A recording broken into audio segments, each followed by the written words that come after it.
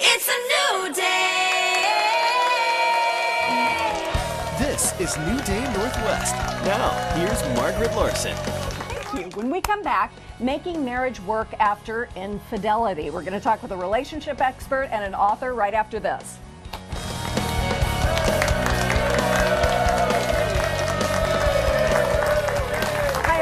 Infidelity is one of the top reasons couples get divorced, and it can happen whether a couple has been married a short time or for decades. And if a couple does decide to stay together, it can be very difficult to rebuild the trust between them.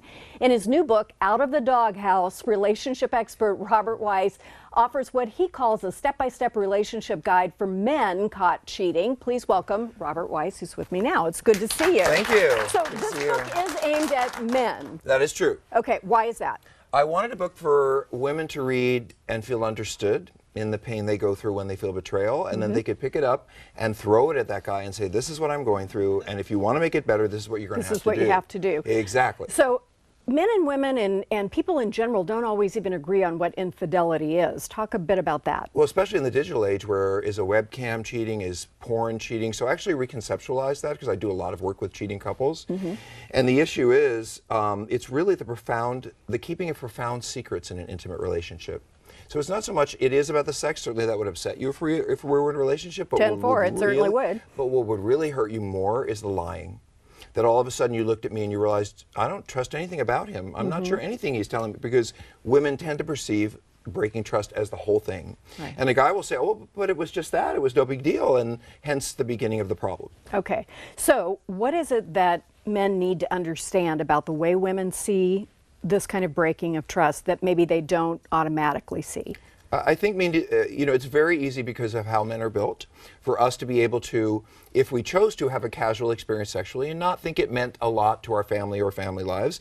But if we came home and told our spouse that, they would say, well, I thought you loved me. I thought you loved the kids. I thought this was important to you. Why would you throw everything away?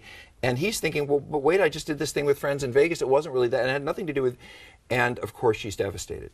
So I think the thing I want women to understand the most is they have a right to feel as hurt and wounded as they do for as long as they need to. And that can take a year or longer. And I want to say to guys, own your stuff. You broke a contract. If it was a business contract, you'd be in trouble. It's a different kind of contract. You're in trouble here too. How do you get the two people to understand one another at that level? Well, I'd say read it out of the Doghouse, because it's going to take it. I've worked with many, many cheating couples, and inevitably, and I sadly say this for my own gender, it's men who don't seem to understand how to make things up with a woman. They will think about it like oh, that was a month ago, so that shouldn't upset you anymore. Aren't you over that now? Yeah, why aren't you over it? Or could you stop nagging me? I mean, I'm only home 15 minutes late. Well, but you used to cheat every time you're home 15 minutes late, so why would I think anything different if you cheated for 6 years and now it's been a month and you say you're not? So men have particularly short memories. We would like to forget about all this as quickly as we possibly can and have everything go back to normal, which means you're not angry at me anymore. And unfortunately, you're not being angry at me anymore means a lot of hard work on my part. Yeah. Not all men are willing to do that. I would think most men would rather avoid it. Yeah. Because it really means, people ask me a lot, is there a pathology or what is the psychological problem for men who cheat? And your casual cheater, I think the problem is kind of immaturity. He doesn't truly understand how it will affect the woman he loves. He doesn't understand what it takes to make it better. And he doesn't really understand that if he wanted to go do this, he could simply ask her.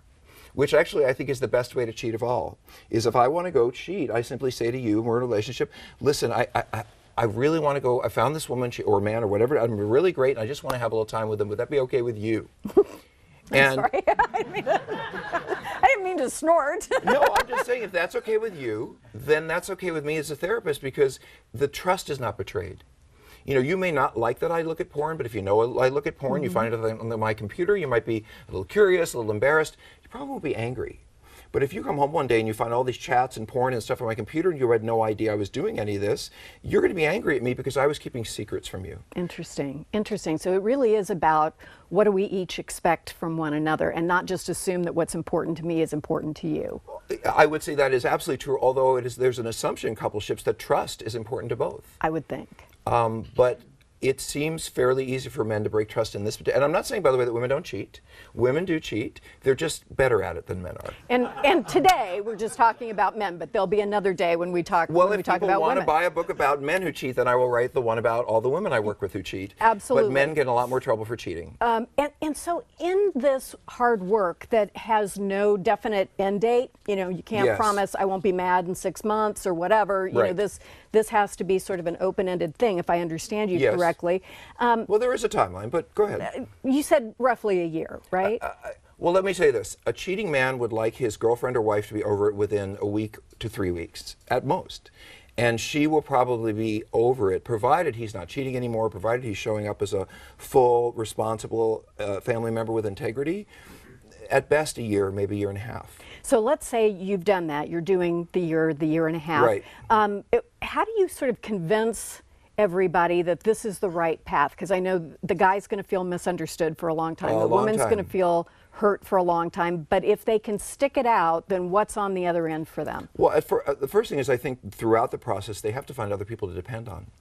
Because if you've cheated on me and I've had a bad day, why would I turn to you for your support, and why would you want to give it? We'd have to work that out. And I think couples, it's a great time for couples to learn for men to find other men, to be supportive, for women to find other women, especially I have to say for women who've been cheated on. Because when an attractive, intelligent woman who thinks well of herself has been cheated on, she immediately attacks herself. I wasn't smart enough, I wasn't attractive enough, I wasn't this. And he will reinforce that. Oh yeah, that's right, that's why I cheated. As if you being unhappy or me being unhappy is a reason to cheat. And it's really great for women to be in a room with other women who've been cheated on. Because then they see that other attractive, interesting woman, they say, well, if that happened to her, maybe I'm not such a bad person. So I think female support for women who've been cheated on more than, well, it's hard for them. Who do they turn to? Right. No woman wants to hear, well, just leave your man, which is what the advice that most best friends would give. Yeah. But they're happy in their relationship with their family and their kids, and they're telling you to leave your family and destroy your life. That may be easy for them to say, very hard for you to do. Yeah, tougher to do. Thank you so much for coming to talk to us about this. I want couples to heal. And well, so do I. Don't we all? We want that to work because family's the best when it works. Thank you. And I love your show. Thank you. I appreciate it. We have linked more information about the book on our website. Please take a look. We'll be right back.